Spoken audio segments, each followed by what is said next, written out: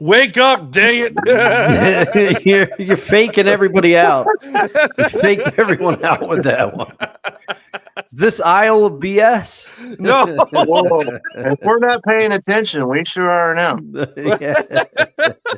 Did that intro help? Oh, yes.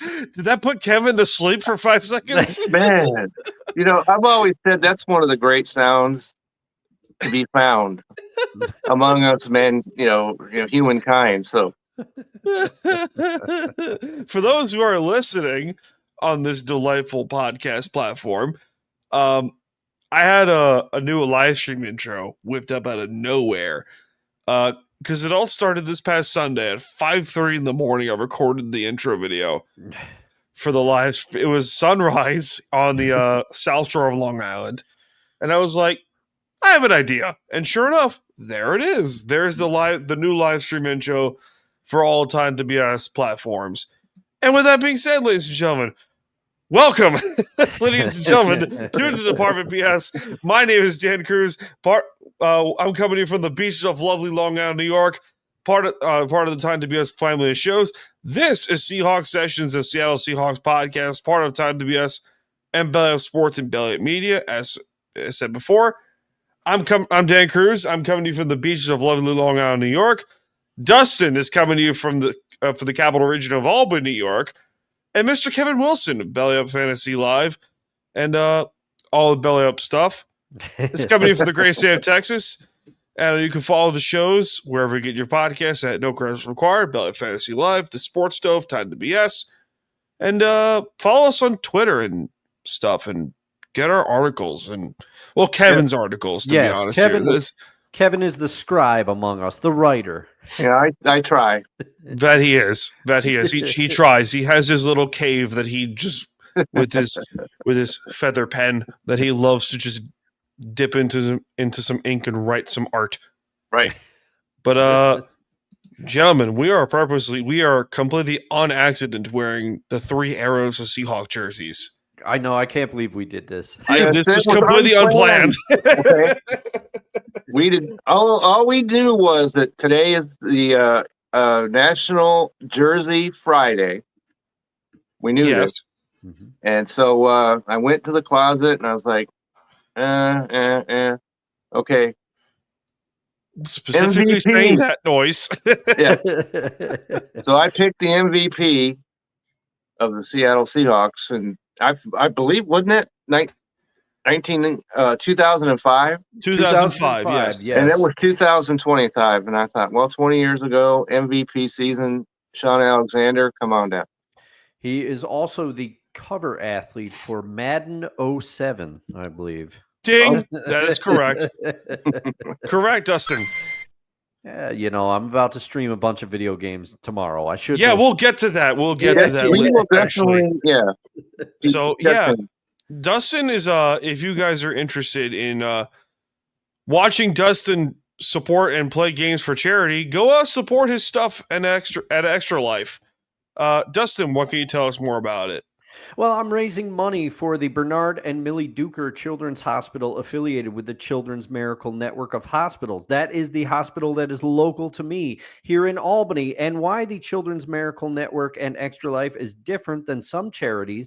100% of the money goes to the hospital and the families and children that need it. They do not take a percentage as an organization. So that's why I raise money for them. And this all started about 8 years ago when I watched my mother pass away from cancer. I said, hey, no kid should have to go through what she just did. So I started doing this, and it's 8 years running, and I'm thrilled to do it. If you are interested in donating and you're friends with me on Facebook, there's a Facebook fundraiser. If you follow me on Instagram, I will post about it. I tweet about it as well. But if you're not sure how to do all that, or you don't know much about social media, go to extra-life.org and search for me, Dustin Henry. You will find me. There will be ways to donate there. I will be starting at 9 a.m. tomorrow, my time, and I will be going for as long as possible, aiming for 24 hours. And I will be at twitch.tv/eldusto67. Hope to see you there, and donate if you can. And if you can't, that's cool too. I understand times are tough. Get the word out. like Dan just did. Thank you, sir. Delightful. Delightful indeed. And my wife just said, "Yeah, we're going to donate." And I was like, "Well, we've already done that." Yeah, Kevin already took care of it. A gentleman and a scholar. Delightful. That's wonderful. Two uses of the sonic ring today. Yeah. I feel like the Old Spice whistle. It's going to just be used all the time. Why, you may ask? Because the BS Express is in full force. Oh, here we go. There we go. Yeah. Chaos. Chaos is power. All right. There are no golden tickets here. They're just, red. They're red tickets. I don't know. I was trying to say like they're black tickets, but I was like, I don't know about that one because that's yeah. Black means death. Are the red tickets? Are they like the tickets that you get at like a bowling 50-50 or a 50-50 raffle? I was also thinking of like the golden tickets from like the Polar Express. Oh yes, or Willy Wonka and the Chocolate Factory. Sure. Yes. Yeah. Delightful. Yeah. All right. Don't forget. You get the red tickets and you go turn them in and get a lollipop or something. Oh yeah, you get like 50 tickets from the skee ball machine, and then they're like, "Here, you can have this ring pop, or you can have this licorice." yeah. As long as it's not black, we're good to go. Yeah. We don't want black licorice. That's just bitter. I'm not a fan. Not a fan. No. What's your favorite candy? Before you answer that, don't forget to like, follow, share, and subscribe to the show wherever you get your podcast and however you're watching and listening. We'll also be taking your comments and questions throughout the show. For those who tune in and engage in the comments, for the love of God, you better be nice. It's a delightful time we're doing this stuff. So anyway, what's your favorite candy, guys? I'll let Kevin lead off with this one. Yeah. Okay, so I'm going to go ahead and say that I like a Hershey bar with almonds. Strong pick. Pick. Ooh. Not regular, Hershey bar is fine. Okay. But you add them almonds on there. Now we've got, completion. So Really? Yeah, there's a lot of different ones that I like, but every once in a while I'm like, man, okay, Hershey's with almonds, come on down. All right. I'm going to channel my inner Marshawn Lynch and say Skittles. Oh, you like Skittles, huh? The funny joke was, when I played football in high school, I had like a bag of Skittles with me before every game. It was like, which is funny because I barely played in high school, but hey man, you still made the team. So I wasted Skittles, but regardless, it's okay. But I also have a Tootsie. I also love me some Tootsie Rolls because that's my grandmother would always hide Tootsie Rolls from me when I was younger. So because she and then she caught on to it when I found her secret stash of candy, and she. Every year until the day she passed, she gifted me just bags of Tootsie Rolls, and then the family at the funeral home would place like bowls of candy, and most of them were Tootsie Rolls. It was awesome, and it's actually the Tootsie Rolls actually tattooed on my arm right here. Oh, there you go, in honor of her. So there you go. Part of the sleeve. That's pretty awesome.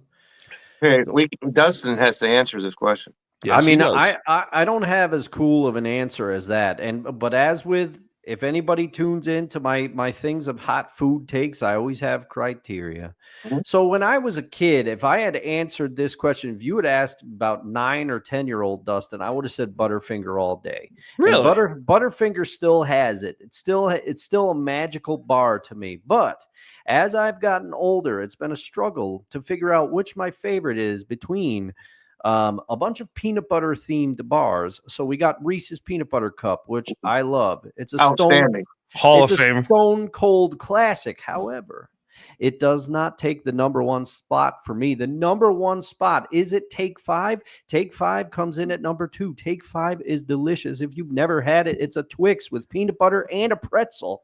Try it out. It's good. You can't find that around, though. I know. It's getting tougher to find because I think Reese's acquired it and they changed the packaging. Is that what happened? Yes, there's something a little so it doesn't look the same, Kevin. You got to look. Reese's acquired it. It's part of the Reese's family now, so you can find it that way. But my number one spot is the peanut butter Snickers. Gentlemen, that one has taken the crown as I've gotten older. I mean, I could talk all day about it. We could turn this into the Candy Cast because I can go. But it is peanut butter Snickers. That's my fave. Dustin has a sweet tooth in there somewhere. Yeah, there's lots of sweet toothing going on right there. So yeah, there is. And if anyone thinks that I'm eating healthily during my Twitch stream tomorrow, they are mistaken. I am currently trying to figure out what I should DoorDash to my house because, yes, I am going to be that lazy. I got gaming to do. Do you have? That's understandable. So yeah, so you got to concentrate on keeping you upright. Yeah. Do you have a good wing selection up there? There we go. So here's the thing, okay? There's some great wing places by me. One of them is Scoobers. It's right down the road from me on a road called Wolf Road. If you live anywhere near me, you'll know what it is. But the thing is about Scoobers, I love it, but their mild is hot. So if you're not in the mood for spice, Scoobers is not the place to go. Even though I like it, it's local. It's what I know. My dad used to get it, so there's like childhood memories there. People are big on Buffalo Wild Wings up here. I don't mind Buffalo Wild Wings. It's okay. Their sauce variety is fine. They have a lot of sauce options. I'll give them that. But the best wings in the area consistently, it gets nominated, is a place called 20 North in Schenectady, Pat Riley's hometown. So I give the nod to 20 North. They got some good wings. Huh. Okay. Kevin, what is your qualification for a good wing? Well, first and foremost, I like the drums, first of all. Yeah, I'm a drum guy. You're flat, Dan? Oh, you're drum too? Yeah. Okay. More meat. Right. And even I think even my wife was like, I like the flats. And I'm like, but there's no meat on that. Yeah, but Kevin, that's why it's a perfect marriage. You like the drums; she could have all the flats she wants. There you go. Yeah. And so I like the drums, and I don't have a gallbladder, so it's good to know if I ever visit in your area. Oh that, Spice and me can't go, and so fair enough. I like stuff like, and I don't like the ones that are the sauce and it gets all over the place. And so I like the dry rubs. Okay, you're a dry rub that's guy. fair. I get that. That's fair. I like the dry rubs, and lemon pepper is usually when I go to. Mm-hmm. And if I can find lime pepper, that's top flight. Oh man! Now, do you prefer like smoked honey barbecue, or do you prefer, I don't know, like teriyaki? I like teriyaki. I like that, and what's garlic? Garlic parm. Oh, garlic parm's a great one. Garlic parm's a great wing. They have hot garlic. Some places have hot garlic. I like that one. And I would like that, I'm sure, but I prefer to stay out of the bathroom. So. Yeah, I have too much garlic in my apartment. I have way too much garlic. I don't know if that's possible. Well, you're like you have it in your bones, man. It's in your DNA. That's right. This is very true. This is very true. We are in New York by law. Most New Yorkers are by blood Italian. This is very true. Except for this one here: Scottish, Irish, German, Dutch, English, and Native American. So really, I did not know this. A very, very small percentage on my mom's side. Dad's side is easy. We're Scottish and Irish. That's it. Mom's side, you got a bunch of stuff in there. I have some Dutch in me somewhere. Yeah, I definitely have some Dutch in me because if you were to look at my figure, I definitely have some Viking in me somewhere. All right. I am not so 100%. Scandinavian. Pretty much. Yes, pretty much. Pretty much. But we have a Seahawk game to discuss. We do. We have a recap to discuss. Because the Seahawks improved to 6-2 with a 38-14 win over the Commanders. I'm gonna say it again, a dang near perfect game by Sam Darnold. Mm-hmm. What was his passer rating? By a stroke of luck. Oh man, I don't know what his passer rating is. I mean, it's 52.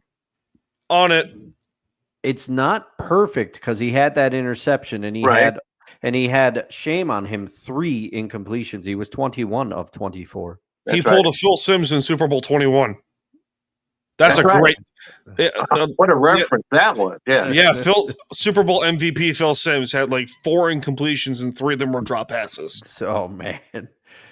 That's not on Phil then. No, it was not on Phil. It was on the receivers. No, yeah, that's man. Come on, Phil. You got to take some responsibility, all right? That's the guy who I want to talk to. That's a guy who I want to talk to one of these days is Phil Simms. Oh, he's been on. I mean, I remember him vaguely as a quarterback, of course. But I mean, when I was that young, I wasn't following football to the degree that I follow it now.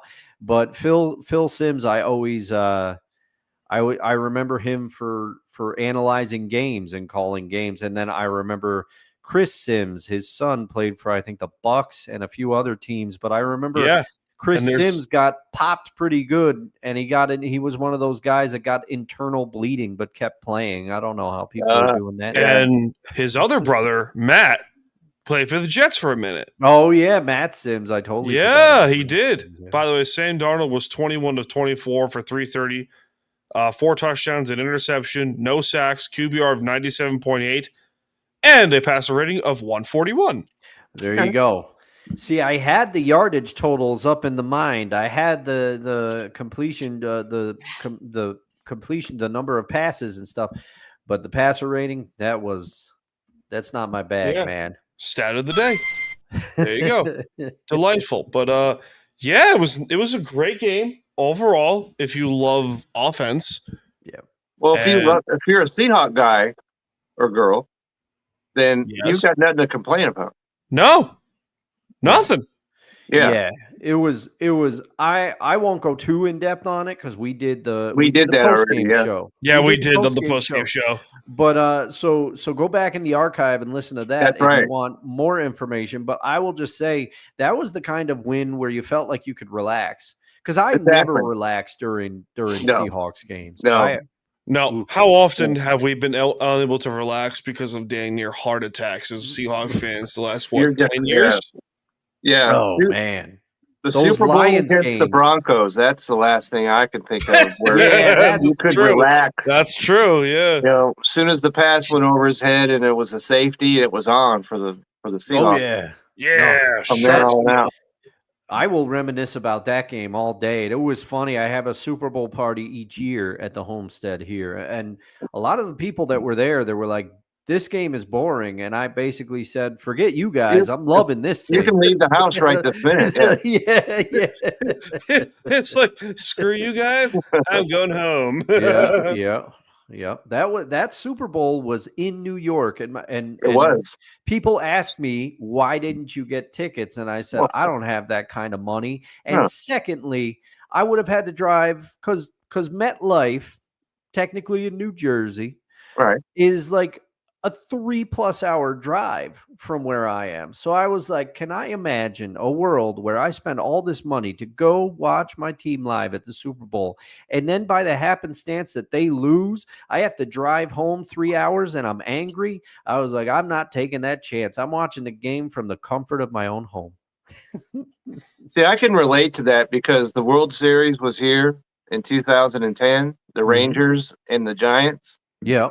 And I'm like, I'm going to the World Series, and we did. Then I sat there and watched the Giants celebrate winning the championship, and I'd rather stab my own eyes out than watch the Giants or San Francisco do anything.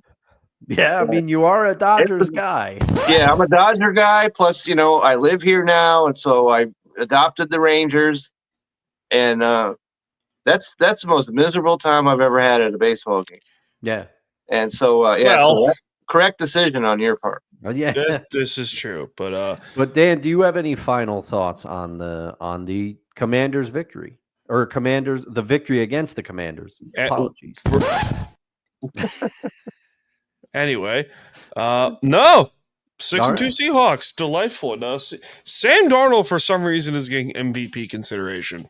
He is. I've seen more than one. Not ESPN, by the way. Okay.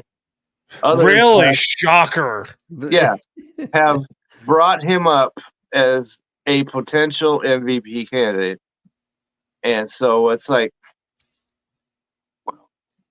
how could you not? You can't disagree with that. You can't. Yeah. He's got the numbers. Mm-hmm. He's got the numbers to prove it. And right now, he's playing better than he was in Minnesota last year. Yes. He is. Right now, he is. Because, and I'm going to oversimplify things. It's what I do because I'm not always the most knowledgeable about football compared to some. But in Minnesota, he had a running game. Aaron Jones had a good season last year. Okay, so he had support from the running game, and I love K9 and Charbonnet. I knew I was going to do it. Charbonnet. I like them both, but the running game has struggled this year. We've been very vocal about it. So he is doing this without the support of a running game. He is a big part of the reason. He and JSN and their connection is the reason, and the defense. That's the reason the Seahawks have the records they have. It's not, he had running game support in Minnesota so far in his tenure in Seattle. That has not been the case. And if you watch the passes he's getting off, they're getting off fast. Yeah. He's getting the ball out of there quick. He's not taking his sweet-ass time in the pocket. He's like, okay, first read, not there. Second read, not there. Third read, done.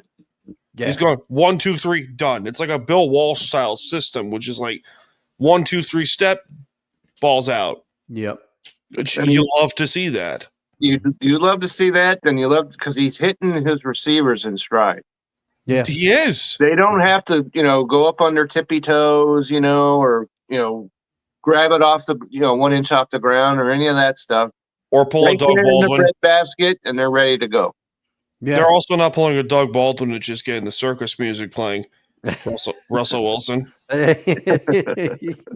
Hey, Russ was good at those circus type plays, and Doug always seemed to know where it was going to be. Yeah. And with honorable mention to Jermaine Kearse for that. They were both good at that. Yes. They were both good at that. The divisional playoff game in Carolina, perfect example. I mean, I did not watch this guy play, but people used to compare Russ in the way that he would do some of that stuff to Fran Tarkenton. I never got a chance to see Fran Tarkenton play. But is Tarkenton in the Hall of Fame? He's got to be. I don't know that he is. I don't know if he is either. I'm on it. Give me a second. I have a feeling Tarkenton's in the Hall of Fame. He directed 4 different teams to the Super Bowl. They didn't win it. Yeah. Yeah. But he got him there. Yeah. He is. Okay. 1986 Hall of Famer. Okay. He's in. All is right with the world. Because I was going to say, I mean, the Bills, those Bills teams of the 90s, say what you want about them. They didn't win it, but all of them, I mean, a lot of them, Hall of Famers on that. Thurman Thomas, Jim Kelly, Bruce Smith.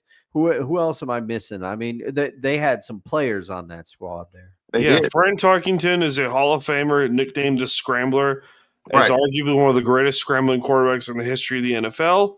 He is 85 years old as of right now. Wow. And he led the Vikings to 3 Super Bowl appearances, NFL MVP in 1975 with the Minnesota Vikings, 9-time Pro Bowler. He's got a lot of awards here. Right. Yeah. That was a dumb question to ask. He is a Hall of Famer. Yeah. Well, I mean, you never know sometimes. Yeah. I don't think Russell Wilson was quite the scrambler.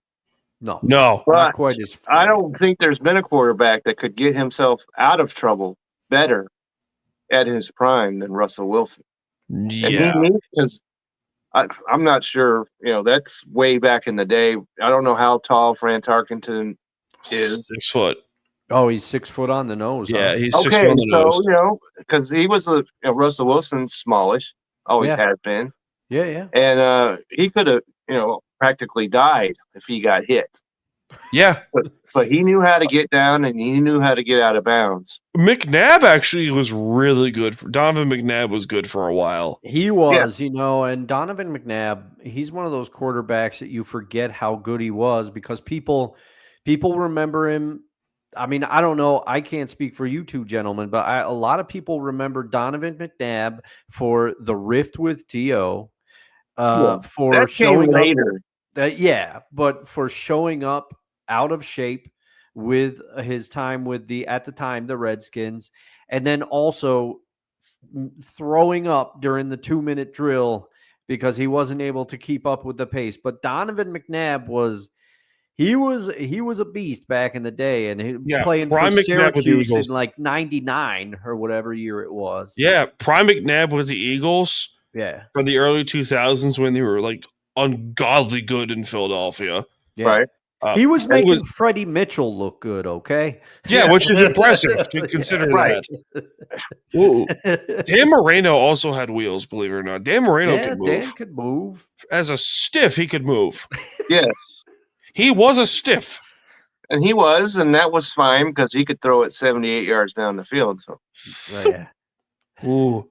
Warren Moon, I remember like the sound that Warren Moon, like the fingers would just drag off the football, just go off of the football, just made a sound that was ingrained into my skull, just like right there. Just like that. It was awesome. It was awesome. But we do have to talk about the trade deadline in a second, but we do know, ladies and gentlemen, this show is not free. Which is terrible. Well, we got to bank it some way. So yeah no kidding. Hector, take it away. This show ain't free, so time for some ads. Hey guys, this is Hector from the Insert Name FC podcast here to tell you guys about Canada Dips. It is a great tasting, superior alternative to traditional dip using CBD in a way that is radical, enjoyable, and effective. It comes in 5 core flavors: wintergreen, mint, citrus, mango, and American spice. Canada Dip CBD is the new evolution in dip, allowing guys to enjoy great, long-lasting taste without the downsides. If you guys want to go ahead and try them out, use the code BELLYUP20 at CanadipCBD.com. Once again, BELLYUP20 at CanadipCBD.com, and you'll get yourself 20% off your purchase. Thank you again for Canada Dips for being a great partner of Belly Up Sports. That's right, ladies and gentlemen. Use the promo code BELLYUP20 for 20% off your order at CanadaDips.com. Thanks to our friends over at Candace for sponsoring this podcast and other Belly Up podcasts. So, how many of us had the over-under on the trade deadline being weirdly exciting, sort of? Because we'll get to Seattle in a second. Well, yeah. If we were talking about defensive players, it was one of the busiest trade deadlines they've ever had. Now, but there is if we're talking offensive players, and that was a little disappointing. Yeah, good point. There was a certain team in northern New Jersey that decided to, sorry, Ryan, just completely... Oh, we have to bring that up, but... take over the world in terms of draft picks. Right, and we discussed that on Tuesday night. We did. And that's great. The Jets did that, but they've got to turn that capital into players. Okay, so this was the argument that I have wanted to get to. Okay. Because in case if you've lived under a rock for the last few days, the New York Jets decide to trade Sauce Gardner for 2 first-round picks. Corner, by the way, which I thought would... My initial reaction was 2 first-round picks for Sauce Gardner. What? Mm-hmm. Like, unless you're like a game breaker on defense or a top-tier offensive player, you don't do this. If you're the Colts, you don't do this. The Quinnen Williams one was expected. Because Quinnen, to me, was getting traded in a matter of time. Yeah, I mean, I don't know. I don't follow the team, obviously, to the degree that Ryan does, even though they're one of the teams covered in where Dan and I both live. But But Quinnen had been vocal about wanting out of New York. He said he wanted a trade. So when you're winning 1-2 games a year, I can understand. Yeah, Yeah. he's too good of a player to not. I don't know Be on if a great going to the team. Cowboys is the answer. Yeah, that confuses me. Like, it's like, hey, I'm gonna go from one abusive relationship to another. Right. Well, I talked to him, and he just said that he liked what we were building in Big D, and he thought that I told him, I said, Quinnen, I feel like you can be an asset to our defense. Meanwhile, his father is who's an Eagles fan. Oh, Quinnen Williams, his father, who's an Eagles fan, goes, "You're a little son of mine." There you go. Well, I know that the NFL players are not like major league players that have no trade clauses. Yeah. So Well, you do get a no trade clause. Keep in mind here, Russell Wilson had one. He did. Well, Yeah, he did. He Well, had that's- one with the Seahawks, and fun enough, so that's did Eli because he- Manning. yeah, that's because he negotiated it from his bedroom, if you remember. Oh, yeah. Oh boy.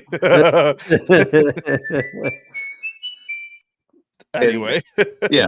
So, what did Kevin? What did you think of the trades by Sauce Gardner and Quinnen Williams? well, I thought maybe 2 firsts is a little rich, but when you look at cornerbacks, top quality cornerbacks are rare. And Especially in today's NFL, yes, he's right. Right. And there's a lot of teams that don't have a quality cornerback, much less 2. So if you get a chance to get one, and he's not 34 years old or anything like that. Darrelle Revis. Yes. So I get why they made this, because just guess, the game that they're coming off of, Pittsburgh made them look human, which was the first game that they looked human. Of course, 6 turnovers helps, but Yeah. they got exposed a little bit. So they look. I'm fine with that. This also would have never happened under Jim Irsay. True. Never. May he rest in peace, sort of. But like Jim Irsay, under Jim Irsay's leadership, this trade does not happen.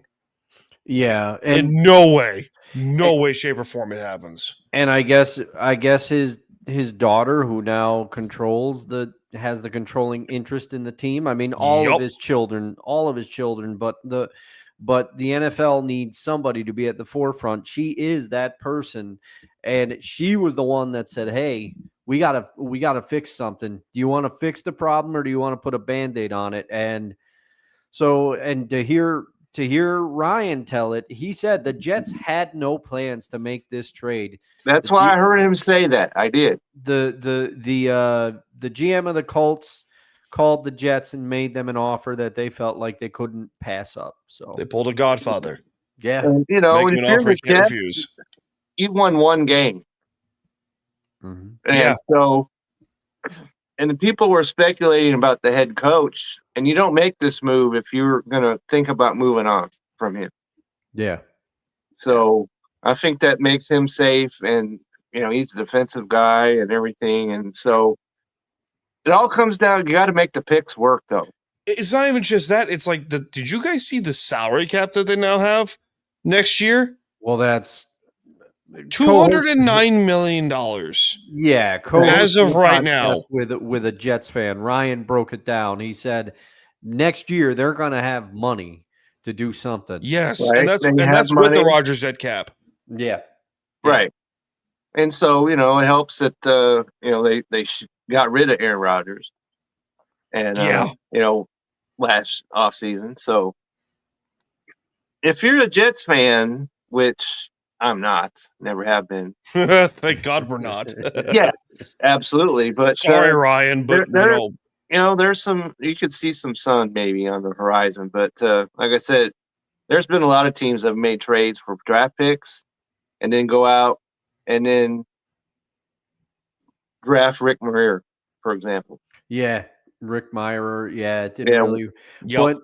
I will say, Dan, because I know that your reaction was initially, I mean, you were in the comments on No Creds. We saw it. We saw it, and you were like, Sauce, that much for Sauce. And you said, it's a good move that they could have made because Sauce hasn't been the same since injury. I will push back slightly. I will say yes, last year was a down year for him. There's no getting around that. But to my knowledge, this year people are talking about the numbers of interceptions that he has, but he only has one interception or something. But they just don't throw to his side of the field. They don't challenge him. To cut you off. Yeah. Yeah. It's not even just the interceptions. I could care less about the interceptions part of it. Yeah. Is that his style of play has declined drastically. I don't know if that's injuries. I don't know if that's the system he's in now. I don't know. Maybe it's the fact that Robert Saleh was able to coach him to play corner, which he was. Mm-hmm. It was his first 2 years of the Jets. He was. And you get an offer of 2 first-round picks for anyone. Yeah. You make that deal 90% of the time. You absolutely do. Absolutely. And the Jets have now 5 first-round picks in 2 drafts. Right. And not just that, but they also have some other capital. Yeah. And it's because the Cowboys traded Mays Smith or whatever that dude's name is. Yep. Smith. That's an example right there of a pick that was a waste. Yeah. He never developed here, in Dallas. No. So that's what I'm saying. You got to make these draft picks and you got to make them work for you. Otherwise, it's a failure. Yeah. And we won't know that for a couple years down the road. Yeah, they have to make the draft picks right. But the Seahawks made a very interesting trade. At first, people were like, huh? And what? And who's this guy? And well, if they had watched our show, they would know who this dude is. So Rashid Shaheed from the New Orleans Saints. Someone, Mike Salk of Seattle Sports Radio, basically quote and said this. This is a significantly cheaper Jalen Waddle. You got a significantly cheaper Jalen Waddle. And by the way, thanks for the sub, John. Oh yeah, appreciate it. Oh, hey, awesome. And welcome. Go Hawks. Yes, indeed. Welcome to the Department of BS, John. You're more than welcome. The drinks are free, the tickets are free, and you're eternally strapped by Staples. But anyway, the Seattle Seahawks trade for a speedster wide receiver from the New Orleans Saints for Rashid Shaheed. And at first I was like, there's more coming. I know they're up to something. And then this was the only trade the Seahawks made. Mm-hmm. And it took me a second to think to myself over why they made this deal. And I could not help but go to Kevin's favorite player, Kenneth Walker. This opens up the running game. And hear me out.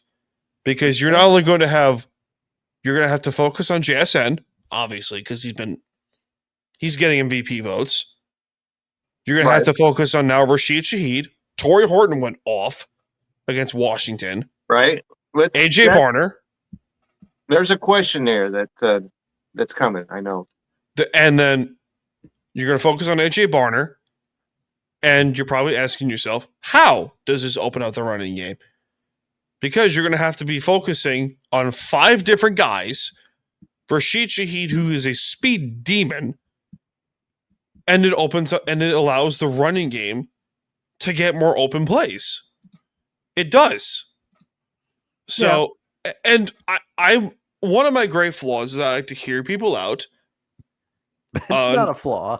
Well, I like to see both sides of every coin here. Yeah. Okay. And I'm not the kind of person that's just going to blatantly smash someone in the face and say, I'm right. No, yeah. Like, thank God. But I want to hear you guys out. So, Dustin, you go first. Why are you against this trade or are you for this trade? No, I'm 100% for this trade. I think to echo, because we talk before we hit the airwaves and the YouTube waves and the podcasting waves, whatever you want to call them. We talk, but I think I was just shocked because I thought they would do a defensive move, especially after the Ernest Jones potential injury. I thought they might have to adjust their plans, but when they did this, I'll keep going back to this.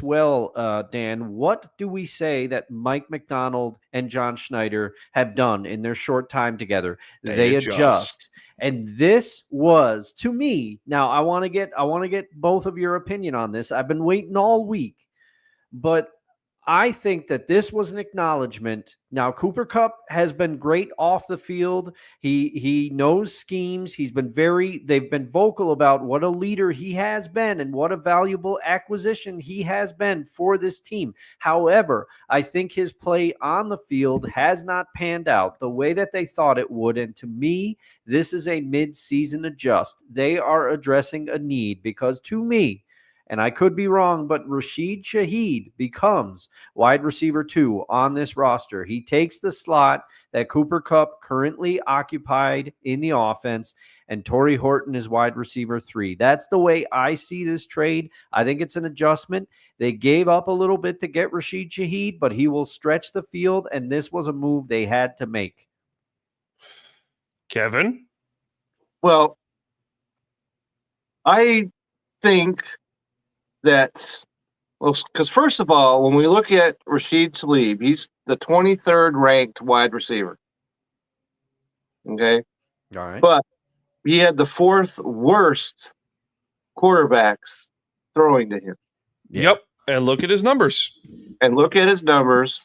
And so I was initially like, because we talked the other Torrey Horton season, and he showed out. He did. But then you hear that, he's a little banged up. Yeah. And but Rashid Tlaib slides in. He has the career reception average somewhere around 15 yards per catch. And so that helps. Yeah, it's a first down plus. Not only that, but he's coming back to Clint Kubiak. Yes. I could imagine that Kubiak was pounding on the table like, get me this guy, please. And so we don't know if I'm sure he's going to be on the field this Sunday. Yeah. And yes. And the reason why I think that is because he doesn't need to expand his playbook too much. Nope. He knows Clint Kubiak's playbook. Yep. And so this is going to work out better than the other wide receiver, Myers, that went to Jacksonville. At least. Yeah, that was a weird move. I was like, yeah, I get why Jacksonville did that, but we're talking about here, he's got to go to Jacksonville and learn a whole completely different system. Yeah. So that's not going to be nearly as easy as Rashid Tlaib coming in, and it should be a seamless transition for him. I love how you're thinking of former All-Pro cornerback Aqib Talib.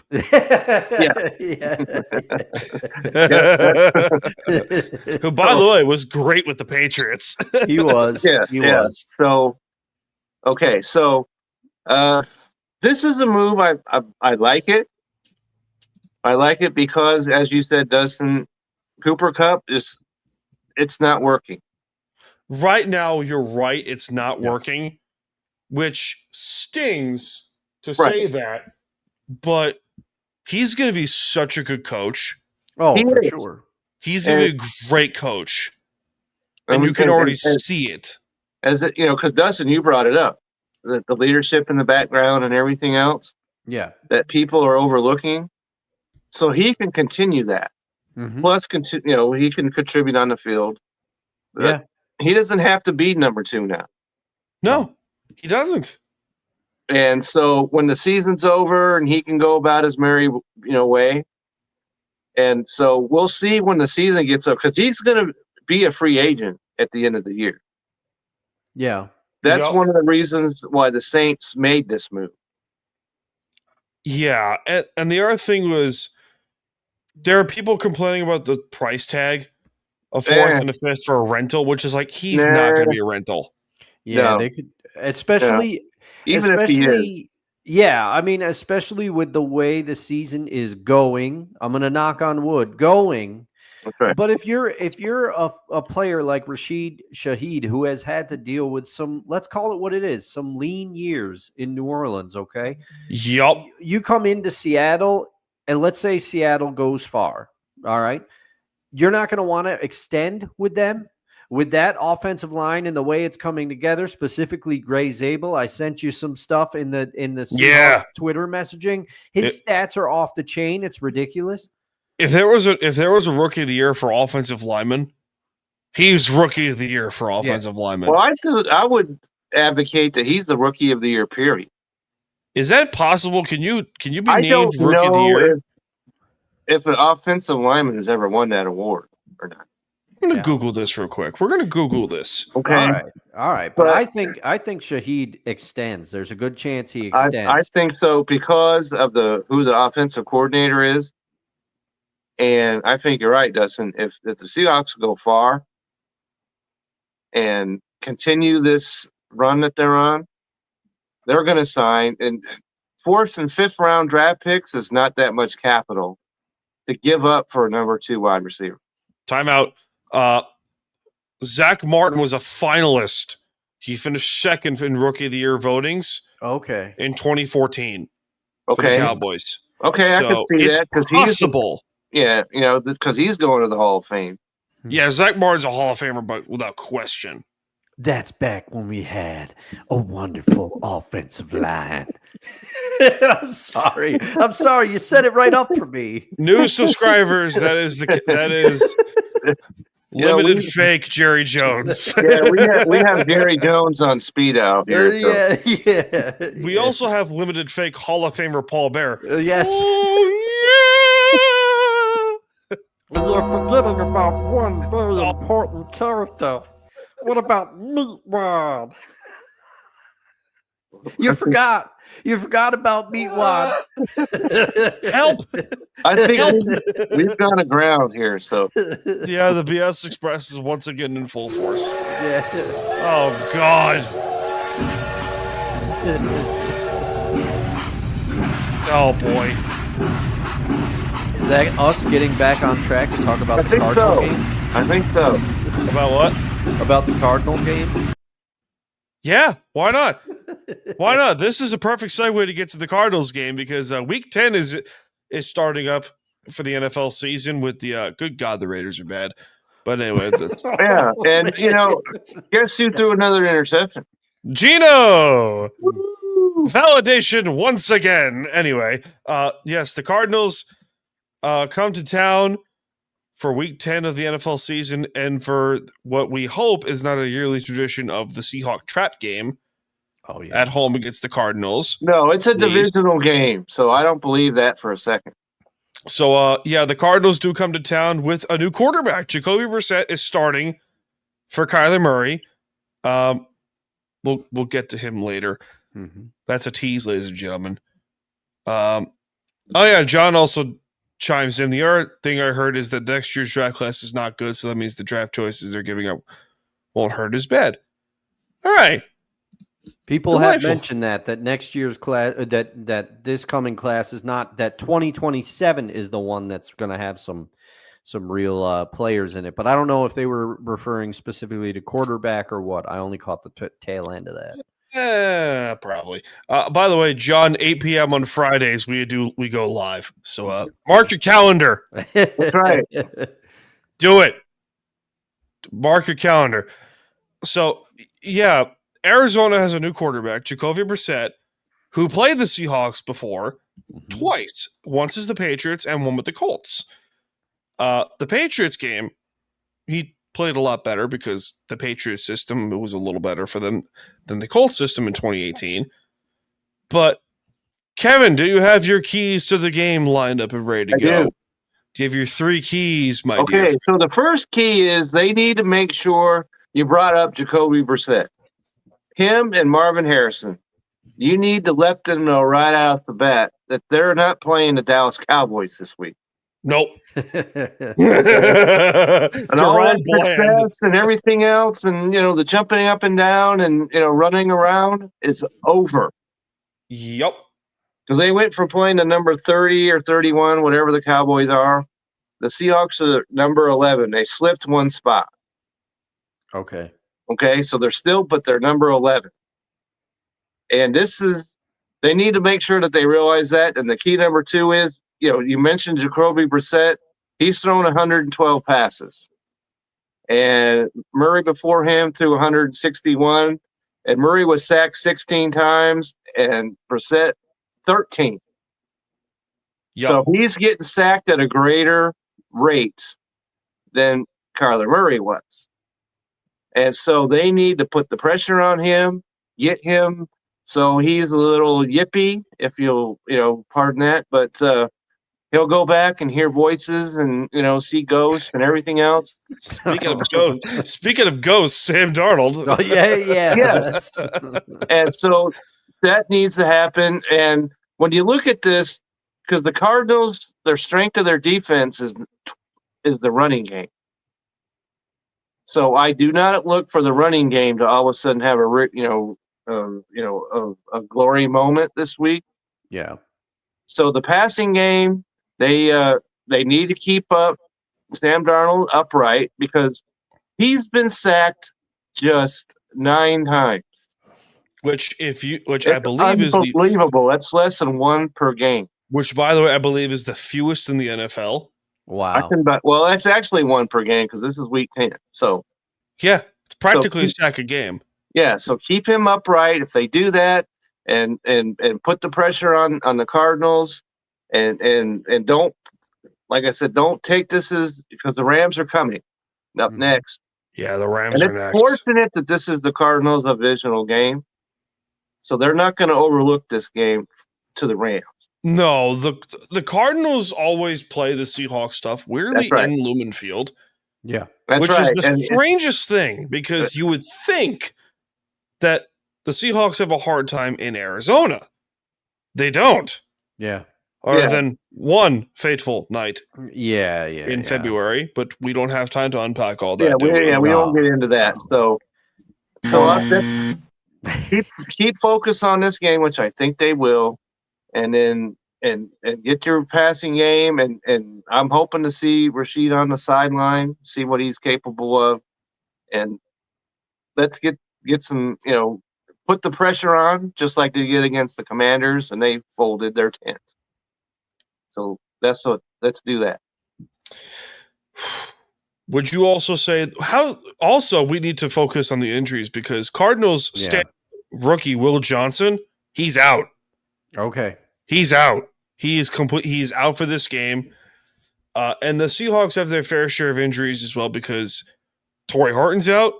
Ernest Jones is doubtful. Jake Bobo's out. Derek Young's on injured reserve. But the good news is Devin Witherspoon is back fully healthy.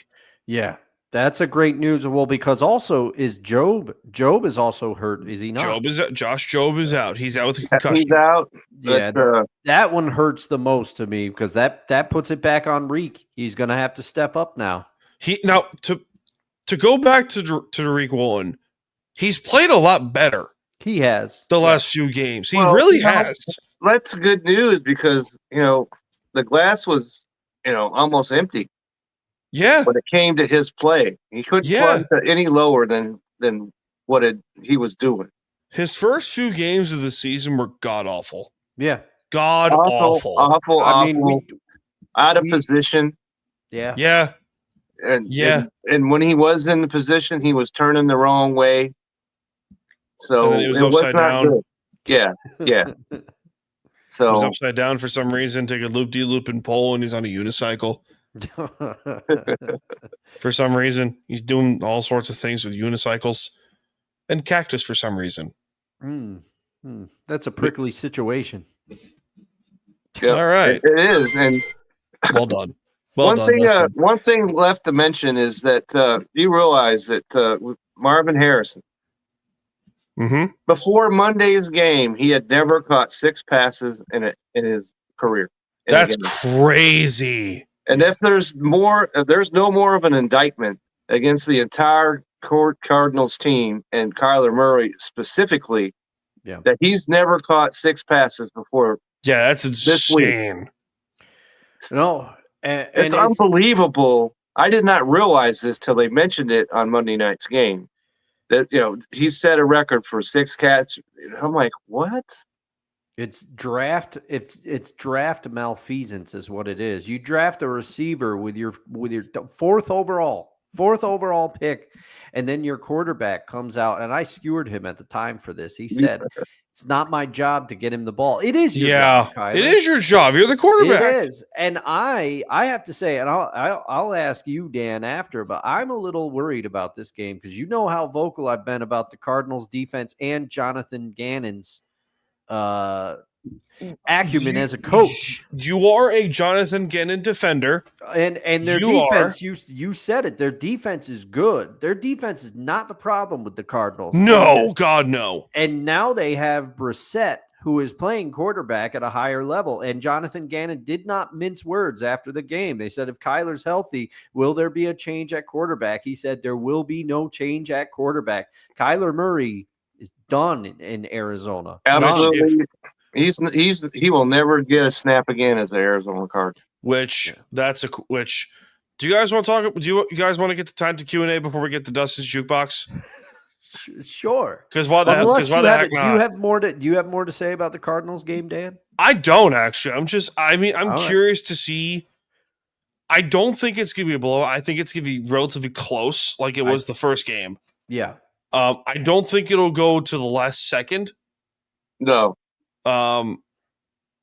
But what helps is Witherspoon's healthy.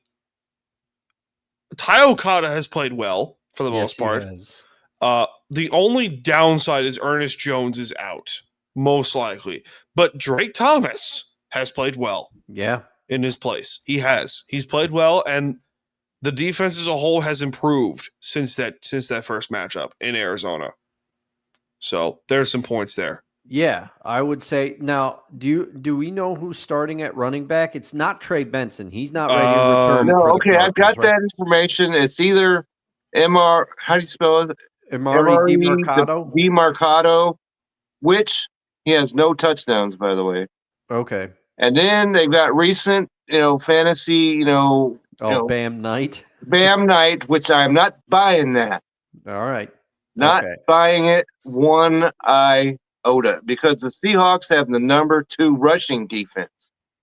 And number 2 overall in total defense, by the way. No, they're number 11. They're 11th right now? Yeah, they were 10th going into last week. But they slipped to number 2 because remember Washington put 57 yards on them. Okay. That can't be right. There's no way they're 11th. I have it right here. I'm not denying your research. I'm just saying that doesn't feel right. Okay. Let's see. Defense total number 11. See, the pass defense is number 19. Run defense is number 2, but the points allowed is number 5 overall. Yeah, that's impressive. Right. Yeah, that's a good one. All right. We have some questions and comments we're going to get to. Okay. So this is time for our new weekly session here on Time to BS Podcast and on the Time to BS Podcast family of shows. Time to Q&A, where we take questions, debates, and comments either in the comment section or what I have randomly listed here. So why the heck not? First question, did the New York Jets make the right call in terms of the trades? Kevin? I do. I think they did, as long as, they make the right picks. But they were going nowhere with these guys. Dustin? So might as well just go down with the ship and, have something that they could see the shore at least. I'm of two minds on it. The Sauce one was a little harder for me to swallow. Like you said, the Quinnen one, everybody knew that was coming. Quinnen knew it was coming. The Jets knew it was coming. Everybody knew. And apparently Dallas was one of his preferred teams, which, again, I don't know why. But the Sauce Gardner one, they extended him. They extended him right before the season. Right before the season. A lot of money, too. So this was Aaron Glenn and Darren Muji had already decided, hey, this is going to be a cornerstone of our defense. And he's still Sauce pretty young, right? He's still young. He's only 24? Yes. So to me, that was a building block you could build around. So I was a little shocked on this one. But when Ryan said it's just too much to turn down, I agree. But it's the thing. I brought it up the other night on No Cred, so sorry for the little bit of the repeat, but if you've seen Family Guy, you've seen that thing, one of the early episodes, it's a sting operation, but Peter and Lois, they get a thing saying they've won a free boat, and they offer Peter. It could be a boat. Yes, they offer Peter the boat, or they offer him the mystery box, and he takes the mystery box, being his rationale being the mystery box could be anything. It could even be a boat. You know how much we wanted one of those. And some genius on Twitter took a Jets hat and put it on Peter Griffin and it said, yeah, Sauce Gardner is an all-pro corner, but these draft picks, they could be anything. It could even be an all-pro corner. And that's the juxtaposition of the trades. Sauce Gardner is a proven commodity. The draft picks, they have to hit. That's the thing. They have to hit. So I think overall they did because they had to get some return for Sauce, and they were offered a lot. But man, it's tough when you think just before the season they're like, okay, this is one of our long-term building blocks. He gone. It's a little strange. He's done. Done. I love that meme so much. Oh, it's so great. Next question. Who, in quotes, won the NFL trade deadline? Dustin, you go first. Oh, man. All right. You can call me a homer here, but I don't have the button, so it's fine. I really like what the Seahawks did. I think they're not trying to do too much, and they made a move that makes sense for their team. They didn't try to blow it up. So preliminarily, I'm going to say that the Seahawks might have won the trade deadline. I mean, the Jets have a ton of draft capital, but if they don't hit with that draft capital, they're going to get skewered in the future for trading away someone like Sauce Gardner, especially if he goes out and does amazing thing for the Colts. Who knows? But some of the other moves, I don't know. It sounds stupid of me to say, but I think it's the Seahawks because they didn't make waves, but they didn't realize. Well, actually, you gotta give a nod to Howie Roseman and what he's done. Forget it. It's the Eagles. I forgot about it because Howie Roseman always seems to acquire talent. I don't know how he does it. They get Jair Alexander. I forgot about that move because that move happened early. So it's the Eagles. The Eagles won the trade deadline. They restocked. Kevin. Well, I think you were on the right road to begin with, Dustin. All right. Because I was reading, because I'm in various Seahawk, groups and stuff like that, and people were talking about, we need to make, they need to make, plans for next season. I'm like, screw next season. Yeah, go for it now. They're right there now. Make the moves and go for it now, especially if you only had to give up a 4th and a 5th round pick. I know the Seahawks hit on 4th and 5th round picks, but that doesn't mean the other teams are going to do that. So I'm right. I think that this is a something that can help the team right now. And I was critical of the Cowboys because they made these moves right after they got friggin' splattered on Monday Night Football. Yeah. If they were going to make these moves, they should have made them before now to help their defense before now because it's over in Dallas right now. Oh, it's done. Sure.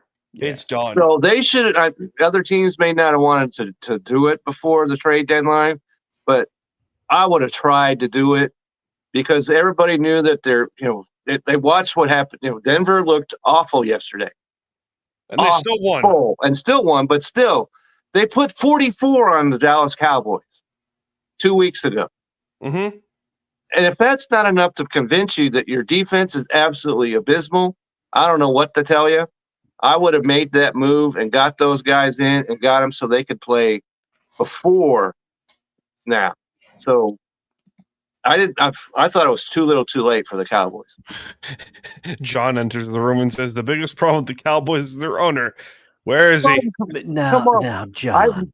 Uh-oh. John, this is not. I haven't done anything to you.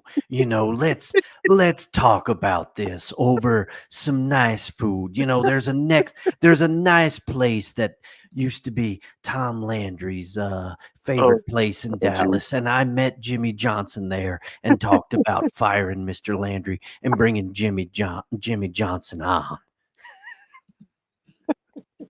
I'm sorry. Limited fake Jerry Jones, by the way. Oh, that's just delightful. What you have done has made God very unhappy. Anyway, next question. Is Kyler Murray done in Arizona? Short Done. answer, yes. Done. Yeah. Done. And The funny thing is that all of this could have been avoided it could have been. if it wasn't such a bleeping head case. Right.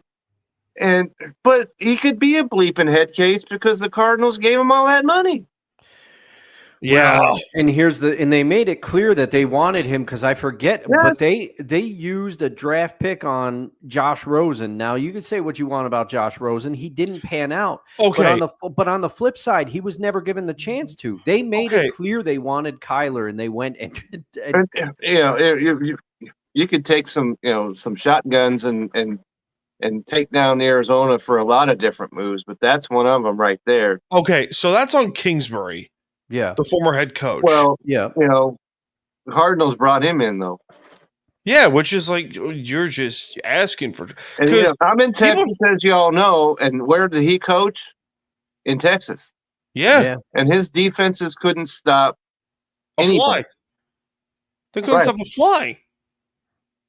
But so that move never made sense. I was on the Josh Rosen train when he first came into the Cardinals because I saw him at UCLA. Mm-hmm. I'm like, this kid has an arm, and he's efficient at UCLA nonetheless. But when I saw that the Cardinals were picking first in 2018, and they were like, "Oh, they're going to take Kyler Murray." I saw Murray's tape. I was like, "I don't see it. He relies too much on his athleticism. It's like Johnny Manziel all over again." Yeah. Well, he's been better a little than Johnny Manziel. He has. But that's not the bar. That's not the bar. No. It's like going to a restaurant and how was it? It was okay. That's not the bar.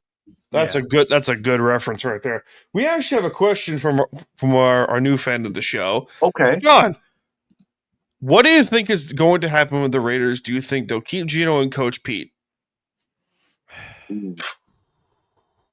That's John, since you are new to this program, I will give you a history lesson. Oh, yeah. Oh, here we go. If you want an ego boost, Nan, okay? Wow. Go to the Seahawks on Reddit page because there was thousands of entries in there. I love Pete Carroll, but okay, but he doesn't adjust. He doesn't, Validation once again. The whole thing that you've been saying, but they're saying it now, openly about him. When Raiders Twitter is openly saying it, you have achieved something greater. Yeah. Ultimate validation. So, John, to answer I'm going to give John a little history lesson here. So, back in the inception of this program of Time to BS, back in the great year of 2018, I was pro and anti Pete Carroll for a while. And I've been on the train for a long time of this guy does not adjust. He relies too much on the system and only his system. There's a reason why Russell Wilson was driven out of Seattle, although more reports have since come out that Russell Wilson was a piece of you-know-what. I won't go that far because my last name's Wilson. But anyway, Kevin. But I was on the fence of saying the Seahawks are not going to win any more than they did back in 2013-14 until they let go of Pete Carroll. And so far, in 2 years, I have been proven right. How? No idea. I have no idea. But coaching matters, I guess. But yeah, you know how. But yeah, because You Mike know. McDonald's a dang good coach. Yes. And because Pete Carroll's a good coach when he's coaching. Still say. Okay. Yes. But we've talked about this 1,000 examples this year alone of adjustments. Right? Yep. The running game's not working. Okay. So we'll pass it. Okay. Not Yep. blitzing is not working. So we'll blitz. Yep. And that's just 2 examples right there of making adjustments during the season and during games, no less. Yeah. Yeah. So, The Ernest Jones trade. Perfect example. He cut Tyrell Dodson and traded Jerome Baker to Tennessee for Ernest Jones, and look how it's turned out. Yeah. Right. One of the best trades they've made in a long time. It's it's unfortunate because nobody wants to get traded to Tennessee. No. But I am struggling with this one because I did not think that it would be this bad in Vegas. I at least thought that they would have them. I thought that Geno would elevate the quarterback play because I thought, well, he's got to be better than Aiden O'Connell. Yeah. But here's the thing. I think they give now. It has not gone the way that anybody wanted it to. But you don't bring in somebody like Pete Carroll and then let him go. I think they give him one more year. Geno's a little more complicated, but if Geno's played the way Geno has played. I think if anybody's gone in Vegas, it's Geno after this year. But Geno and Pete are so closely tied together that I don't think you can keep one without the other because Pete's going to advocate for Geno. He always he always does, but he advocates for his players for better or worse. They signed Tyler Lockett. Tyler Lockett is their number 1 receiver right now because they let Jacoby Myers go. Yeah, what a huge problem that is. But no kidding, right? But I think they give Pete another year, maybe. But with Pete's the only thing that's working against him is he's 74 years old. Yeah. That's the other thing. I mean, we all know Pete's at atypical 74. He's higher energy than some of the coaches. Absolutely, and he's been like that since 2010. Yeah. Which he probably was before that. So yeah, he got in Harbaugh's face and what your deal is and all. Oh yeah, what's your deal? Yeah. But I thought I thought it was going to go better. It hasn't. I think. Well, I thought it was going to go better too because there was nothing but a floor. Yeah. There was no ceiling because O'Connell's not a ceiling. No. So. Nope. Next question. Is the Super Bowl hype legit for the Seahawks? Now, let's also preface this by saying the following. They're 6-2. Yeah. It is week 10. Yeah. Of the NFL season. Okay? Yeah. Now, if to give perfect example, the Kansas City Chiefs are 5-4 and they're still currently the AFC favorite in the Super Bowl race. Yeah. Well, they've earned that. Sure. Frauds. All they have to do is make the playoffs. Frauds. I'm sorry, but they're frauds. There's certain teams, they make the playoffs and they're dangerous. I will die on this hill. They are frauds. Okay. I will die on this hill, and I will probably die on this hill alone. I'm not going there. Okay. I'm not going anywhere near there. Well, fine. I'll be on this hill alone then. Okay. So with my Rocky Road ice cream. Okay, I'm down. All right, Kevin is on the hill now. Okay, Kevin's joined to be on the hill. I like Rocky Road. I knew that would work. Delightful. So yes, it is legitimate. Not saying, but they're 6-2, like you said. Yeah. And the 2 losses that they have, 2 plays go a different direction, and they're 7-1 or 8-0. Yeah. That I agree with. Sorry, 100%. I got the Islander game on the big TV right now. And No, it's all right, man. Well, we need to be focused. Yeah, it's all right. But so I will say, man, I always come off like such a pessimist on this show. You do sometimes, but one of your quirks. I think it is real, but I'm going to say cautiously, because if I'm being honest and I'm being objective, first of all, Sam's going to have to keep playing like he's been playing. The running game is going to have to get going, and the defense is going to have to keep doing what they're doing while improving, because right now, if I am honest, in the NFC, if we'll find out in a week or so when we play the Rams. But also, the other team I'm thinking about in the NFC, you put us head-to-head with the Eagles, I'm not sure the Seahawks win right now. I'm with you. A lot of that depends on where do they have to if they played, where would they have to play them? Yeah, because the Eagles, if they're in Seattle, that's a whole different ballgame. Yeah. Although they're 4-0 on the road. Yeah, Mike McDonald has turned us into road warriors right here. Yeah, Hall of Crazy. Famer Road Warriors, by the way. Yeah, Right? it's crazy. 4-0 this year, 11-1 overall. That's on the road. insane to think about. All right, next question. Before we go into Dustin's Jukebox after the break. Who is the NFL MVP right now? Oh, man. Okay. All right. I'm going to die on this hill alone. Okay. I think it's our quarterback. I think it is our quarterback. I think it is Sam Darnold.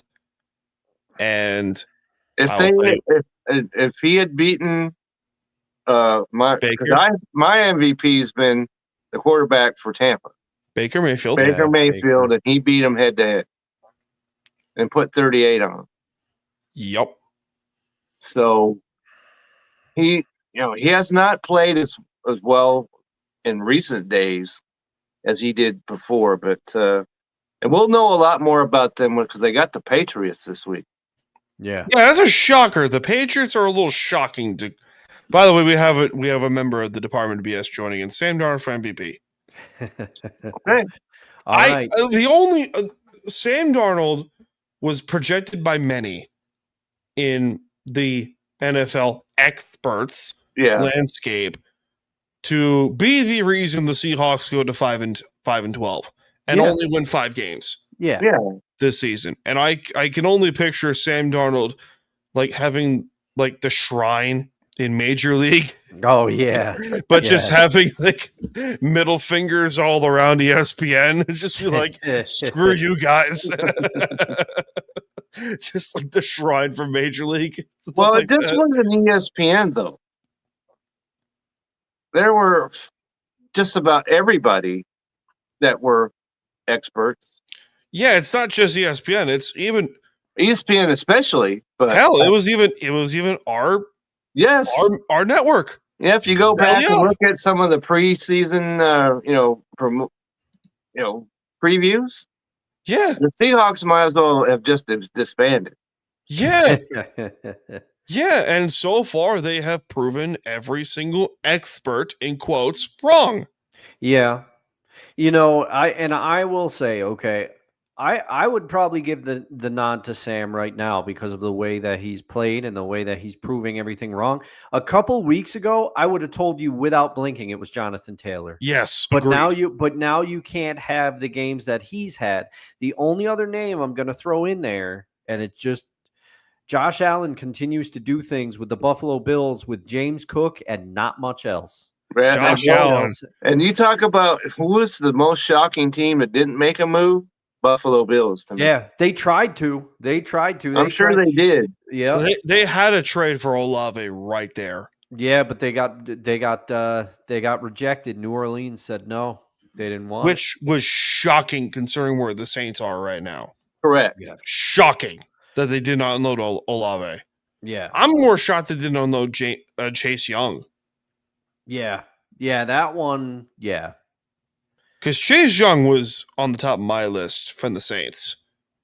They also traded Trevor Penning. Yeah, to the Chargers, right? Yes.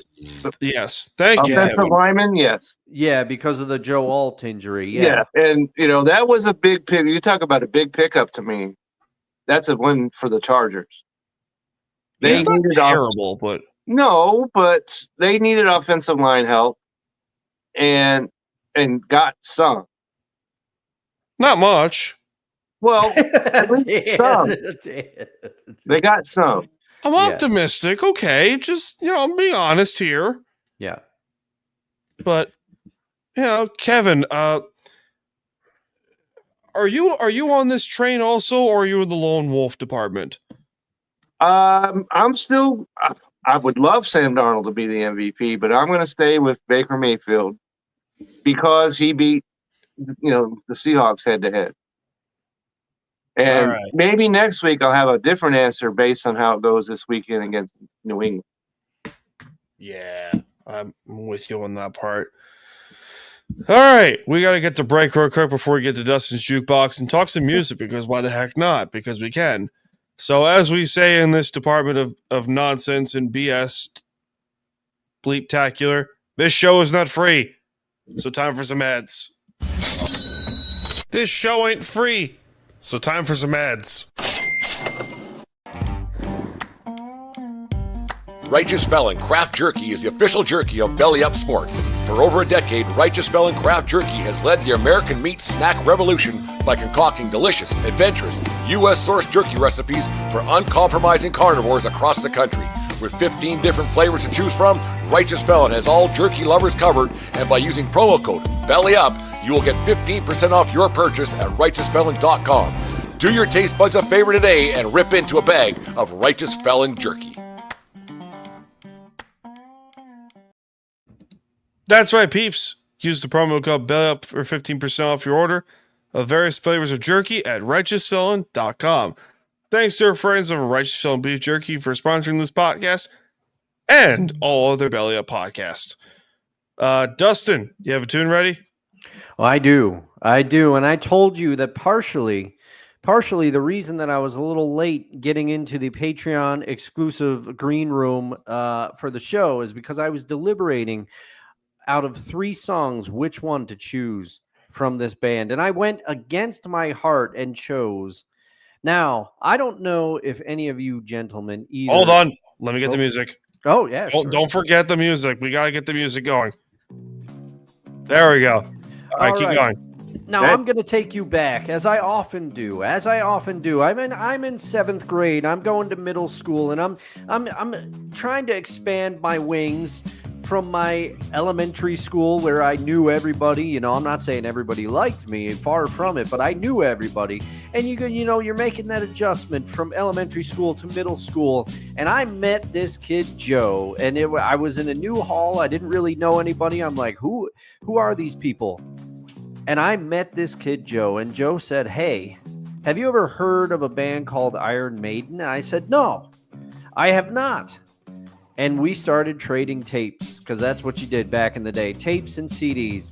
And Joe got me into Iron Maiden. And ever since then, I have been a huge fan of Iron Maiden, specifically the Bruce Dickinson years. I know they had a singer before him. He did a good job. They've had singers after Bruce Dickinson, but Iron Maiden will always be Bruce Dickinson for me out on the vocals. And yes, I don't mind where they had 3 lead guitarists. That's right. Iron Maiden did that at one point. Now they have an extensive catalog of tracks. And I was deliberating. Do I go The Trooper? That song's a classic. Do I go Hallowed Be Thy Name? Specifically the live version from the live compilation, because they speed it up a lot. But I decided to go with Aces High. Check out Aces High. It's a very good track. It's quick. You'll be working out. You'll want to run through a wall. Give me some old school 80s power metal. Iron Maiden for the win this week. There it is, everybody. It's Dustin's Jukebox. All right. Wait, I forgot to press button. There we go. It's like buttons. All right, there we go. I know you wake up early and work out, Dan. You should try Aces High when you're working out. I do love me some Iron Maiden. I do love Iron Maiden. All right, man. I do love that era of rock. I might piss off some people today, but I have a specialty for doing that.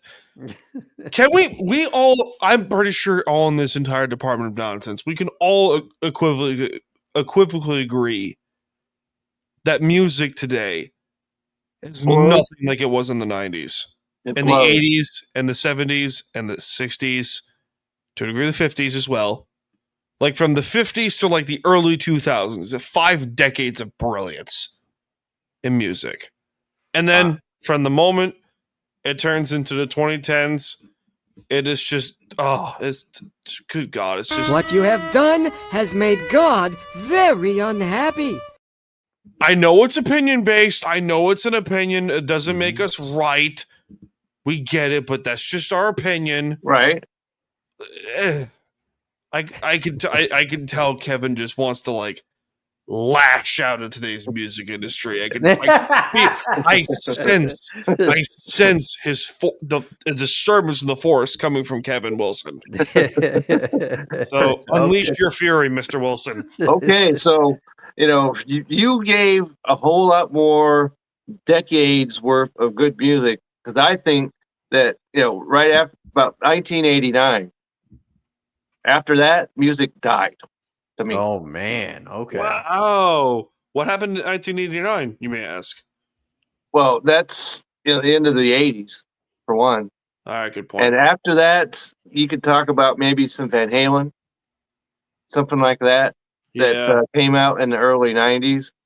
But then after that, you had music that just makes my head hurt. Oh man, okay. Yeah. I'm glad I didn't go with one of my original picks for tonight then, Kevin, because well, maybe I need to be introduced perhaps, to some more modern stuff that you recommend, and I'll check it out, and you never know. I have a very strategic pick for next week. Then I'm gonna be very strategic with what I pick, but I'm gonna pick a '90s band next week, and I'm gonna see if you like at least the song that I pick here. Okay. But yeah, I mean, I agree with you, Dan. But part of it is whatever you listen to when you're between the ages of about 13 and 18. Largely, that's the pocket that you stay in.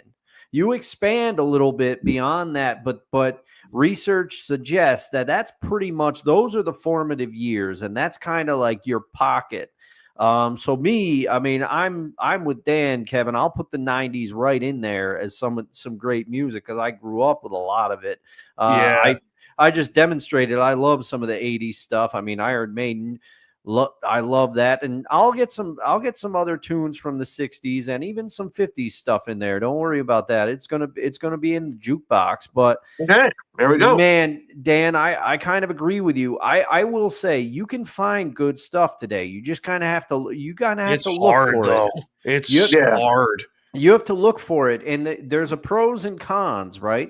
There used to be the old way that the record labels and the music industry, the way that worked. The doors were gated shut to a degree. You had to have an A&R man that was on to the next big thing, or you had to have, music. The music industry told you what was good, basically. Yeah. And it was kind of tough because, it was a little more closed off that way. And as the internet has come in the modern age, and the iTunes and Napster and all the way and far back, the door has slowly opened. But what does that mean? It means more people can get through. I could make some songs and release them tomorrow on Apple Music and Spotify and all that. It doesn't mean that people are going to listen. It doesn't mean so. Look at us. The pool's gotten bigger and the entranceway's gotten bigger, but as a result, I think there's some dilution.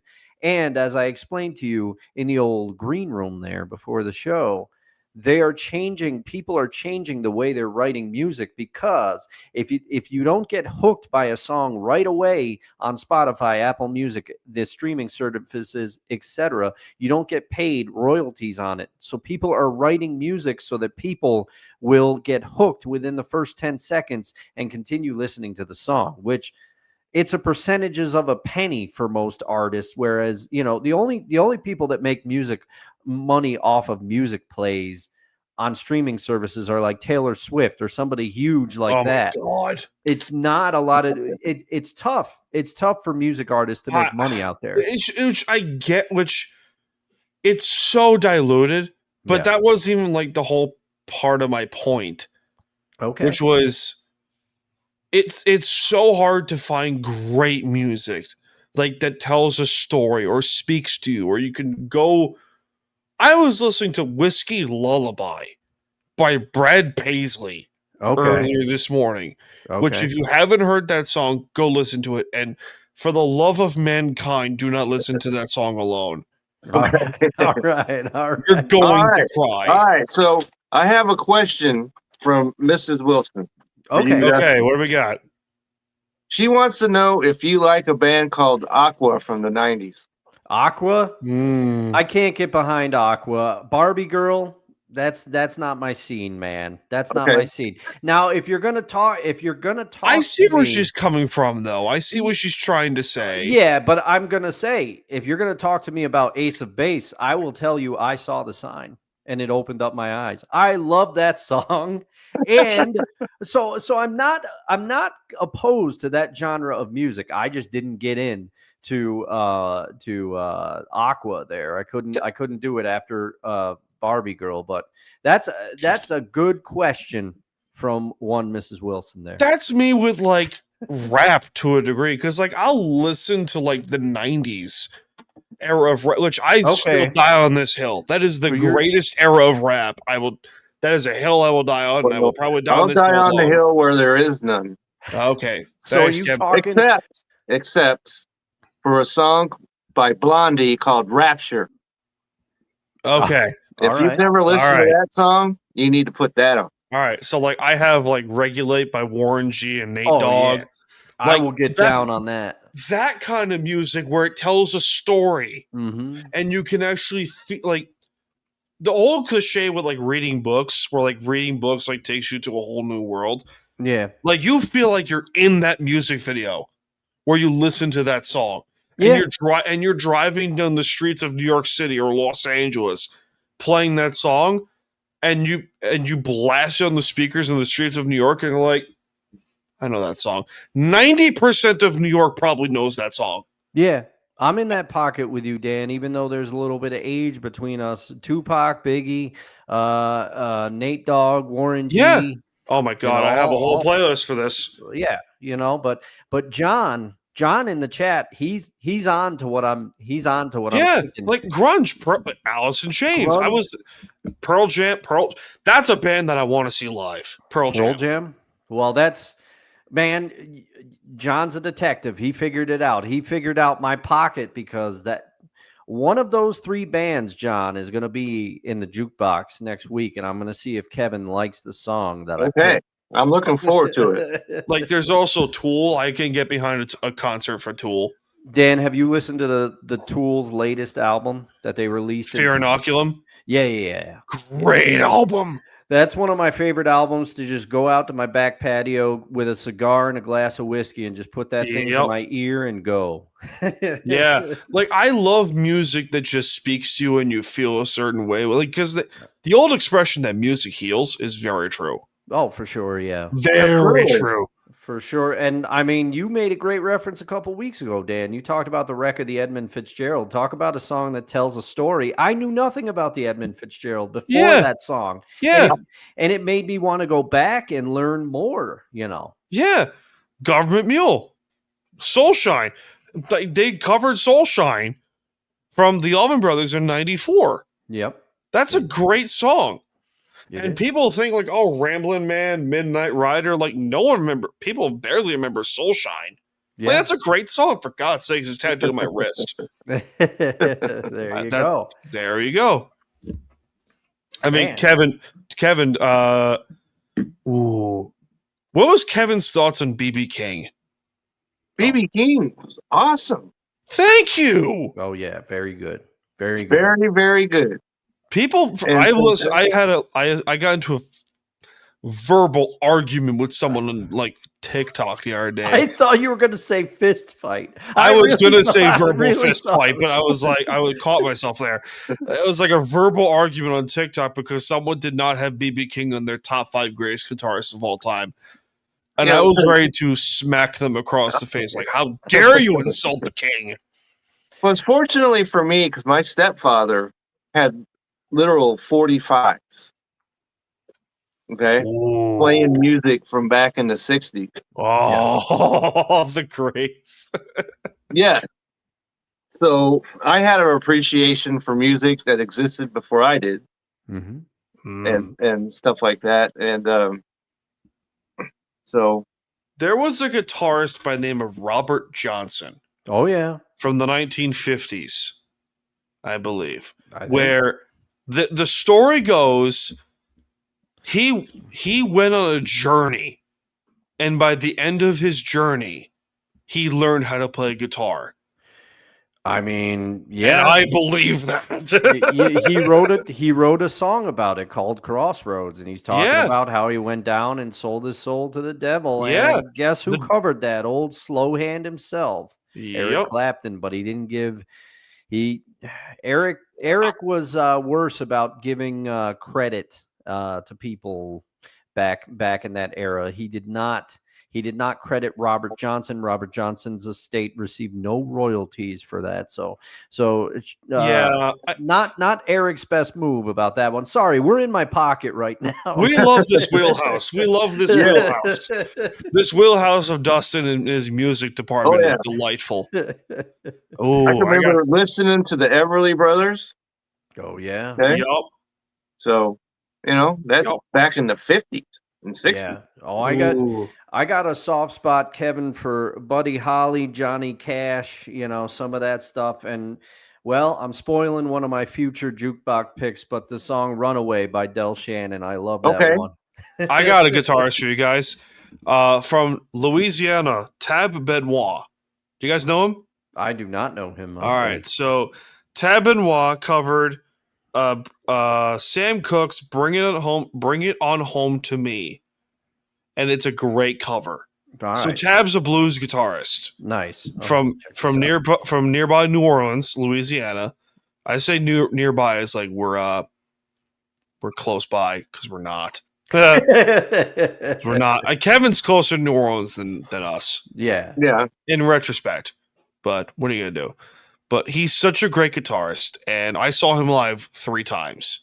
Awesome every single time. And he's one of those like small theater concerts, like did you see like in the old speakeasies and stuff? He'll play in there, and he's awesome. He's such a great time. Like, I don't like these whole super stadium concert shows, Taylor Swift, that just and the music's average. Taylor Swift. Okay. Taylor Swift. I'm gonna piss off people. I'm gonna clip this. I don't care. Taylor Swift, I'm sure, is a half decent person with a terrible relationship history. Partially her fault. Yeah. Actually, mostly her fault. Oh, and her music is coming for us. I don't care. Her music is average, except for her folk music, which is really good. And her fan base is insane. I don't understand hardcore. I won't get into all of that, but listen to something by her and then play some Stevie Ray Vaughan and tell me. Oh yeah, no, that she's better than that. Yes, thank you. Okay, that's the point I was getting to here. This whole argument of like she's the greatest music artist ever. I'm like, shut up. There's a whole generation of rock music called the British Invasion. Oh, yeah. That did more for music than Taylor Swift that will ever do their entire career. I'm sorry, but the British Invasion of the 1960s and 70s did more for music than her skinny ass. I'm sorry. Okay, let me just add this. Okay, since we're off on this, okay. Taylor Swift have all these albums and all these songs and everything else. It's probably insane, but whatever. They've never referred to her as the voice Okay? Yeah. There's only one person. And that is Kevin? That would be Steve Perry. Yep. Okay. Yeah. Okay. Yep. He is not the voice. Steve Perry is. Yep. There- And by the there way, you Robert Plant was Oh. nicknamed. Man, you're gonna Was bring it. nicknamed Robert Plant in his prime was Yeah. nicknamed the Devil's Voice. And you Well- talk about a guy that adjusted, Oh yeah. went from,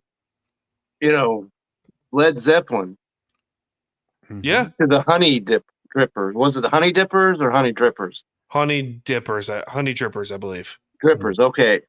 There could not be two sections of music that's more different than those two bands right there. Yeah. But he was Yeah. the lead singer of both of them.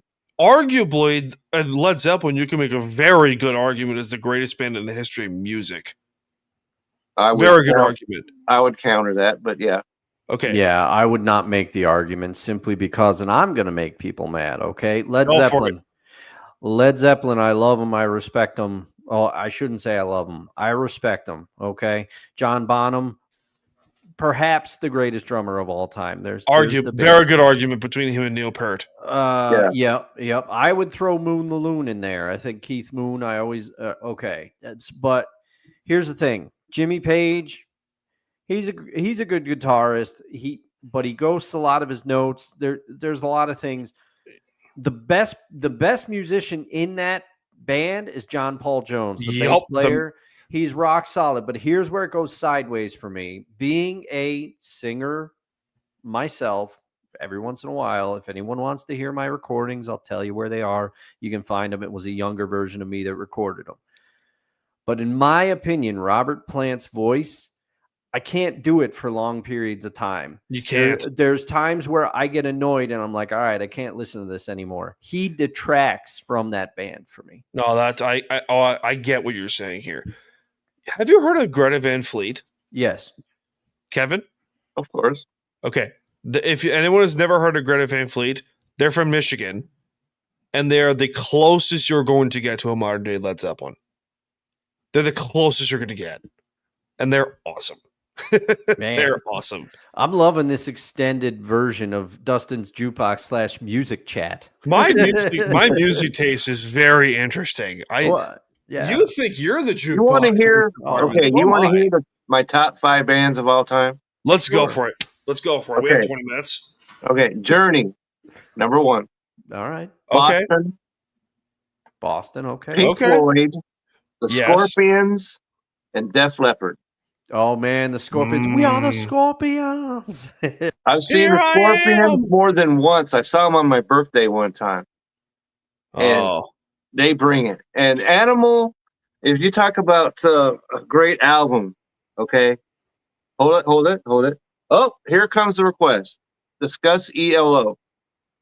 ELO, Electric Light Orchestra. I'm not. Uh-oh. I'm Tread too. carefully is this right the here. segment we're going to do called Mrs. Wilson's Questions? Yeah. No, I'm not familiar enough to have an opinion on ELO. I know a few of their songs, but I have to dive deeper down the rabbit hole before I can form an opinion. Okay. Can I share my top 5 bands? Okay, so let me just Sure. say the Scorpions' Animal Magnetism is one of the great albums that have ever been. Ever. All right. So check that album out. All right. Go ahead. Number 1, Led Zeppelin. Okay. Number 2, Pink Floyd. Okay. Number 3, the Stones, Rolling Stones. Okay. Okay, I might have lost you guys. No. It's I our wouldn't have them on opinion, my man. list, but I can see that. 4, opinion. Beach Boys. Beach Boys, I've seen. Awesome. Yeah, I mean, And number 5, because of their historical significance okay. and their later stuff is really good, the Beatles. All right, yeah. Who's your favorite Beatle, Dan? I liked Lennon. I'm not gonna lie. It was a tragedy what happened Yeah. between Lennon and Ringo, but he wasn't even the original drummer of the Beatles. I know that. Yeah, for a Pete fact. Best. Pete Yeah. Best. Pete Best, who's one of the greatest drummers in the history of music. Yeah. But Ringo's more remembered because of his personality, and I get it. Well, he's a rock solid drummer, man. Yes. A lot of people like to give Ringo a lot of guff. I censored myself there. They're like, oh, but go back and listen to some of the stuff he was doing. And people who are drummers and know a lot more than me say, hey, don't play with Ringo. No. Ringo had it going on. Yeah, Ringo looks like he probably eats like those styrofoam Cheetos out of the box for breakfast. But deep down, he's in his own world, and he's just a great drummer.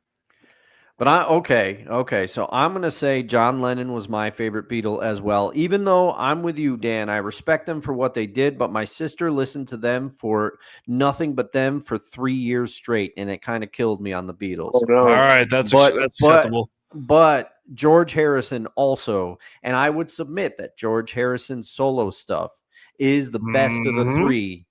McCartney, I can't get behind Wings. McCartney gets overpushed to me.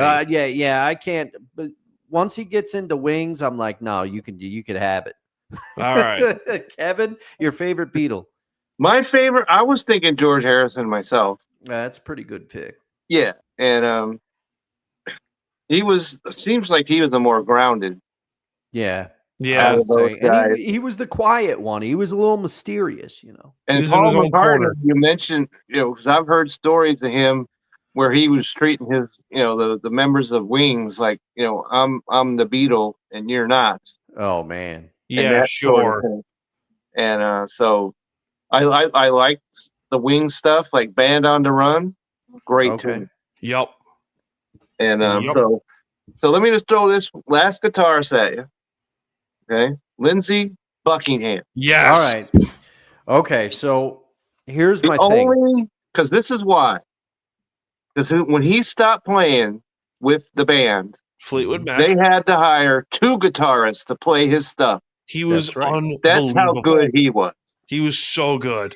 He's amazing, but Fleetwood Mac is another band that I can't get behind. Stevie Nicks' voice, again, it's with the voice. I can't do it. I can't do Stevie Nicks. I like Dreams, and that's my favorite Fleetwood Mac song. Because I could just see myself like strolling down a river in like a lazy river, just listening to that song, be like, all right, I'm happy now. That's a good song. But yeah, Lindsey Buckingham, you are not wrong about Lindsey Buckingham, Kevin. Great guitarist. That's right. Dustin, who are your 5 favorite bands? Okay, so this will be tough for you. Yeah, I can't answer this question, but I can tell you who my number 1 band is. They're the reason that I picked up a guitar. Them and my mom. My mom's reason number 1, I picked up a guitar. Reason number 2 is right here. Nirvana's my favorite band of all time. I love them. They're the reason that I can't credit them enough. They changed the trajectory of my life. And another band where the original drummer, everybody knows Dave Grohl was the drummer in Nirvana, and Dave Grohl, we all know what he's gone on to do. But Chad Channing Nirvana had other drummers before Chad Channing, but Chad Channing was the drummer on Bleach. He was the drummer just before Nevermind released. And you always wonder, but he chose. Well, I can't remember I think he was kind of fired, but he also kind of chose to leave. But in the Hall of Fame speech, it was pretty cool. Dave Grohl acknowledged Chad Channing, gave him the tip of the hat. And he said that, hey, a lot of those parts that you know from me for Nevermind, a lot of those were Chad's parts. So thank you, Chad. There you go. But man, other band, I gotta think on this. This is killing me. I have a question before we get to final thoughts. Yeah. Ooh, what was your thought? Do you remember? You guys remember Lynyrd Skynyrd, obviously. Obviously. Yeah. Do you remember awesome? Do you remember the Outlaws? Yes. I don't remember the Outlaws. Okay. No. Kevin, do you know Greengrass and High Tides? Yes. Yes. Dustin, yeah. I want you to look up Greengrass and High Tides by the Outlaws. It is a 10-minute song. All right. But dare I say it is better than Freebird. All right. I'll give it a spin, pushing it maybe a little. That may be pushing it a little bit. The only reason I say is because every single stinking lyric, like not even the lyric, just it has two lengthy as bleep guitar solos. Well, Dan, you've dovetailed perfectly into what I was going to talk about. I was going to ask the trivia question. The reason why the guitar solo specifically in Freebird is so long. Does anybody have a guess as to why it is the way it is? I don't. No. It is because it was built into their set so that it gave Van Zandt a chance to rest his voice. that is the reason. Okay, I can see that. That is great. That is awesome. Oh, lads, we got any final thoughts to close up shop for the day? I don't think so. We've got almost 2 hours. Yeah. Oh, God, we forgot BS of the week. I will skip that one. I will skip it. Let's play the sound for Craftsman Googles, though. You know what? BS of the week, the ESPN cesspool, because they're a mess. They're just terrible. Oh, I can't stand ESPN anymore. I can't. I can't do it. Okay, because YouTube TV and Disney decided, nope, we're just going to black out everything with ESPN. Mm-hmm. Why? Because Disney isn't greedy enough. Yeah. Because Disney ain't greedy enough. So, at ESPN... What you have done has made God very unhappy. What you have done has made God very unhappy. You know what you can do? Or, here's another idea that's going to be very controversial. You could shut the up. All right. Now, anyone got final thoughts? I don't know how we top that. No, we don't. Yeah. 2 hours of this crap.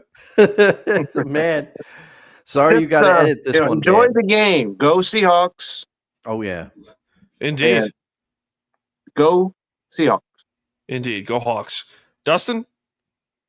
That's it. Go Hawks, and I'll be gaming tomorrow. Twitch.tv/eldusto67. Yeah, Donate support if you can. Support Dustin and Extra Life. That's what I got. All right. Dustin's coming to you from the capital region of Albany, New York, and for no credits required. Kevin's coming to you from Belly Fantasy Life in the great state of Texas. I'm Dan Curtis, coming to you from the beach of lovely Long Island, New York. And we'll see you all as per usual in this life, and most certainly the next one. Cheers, everyone. Have a good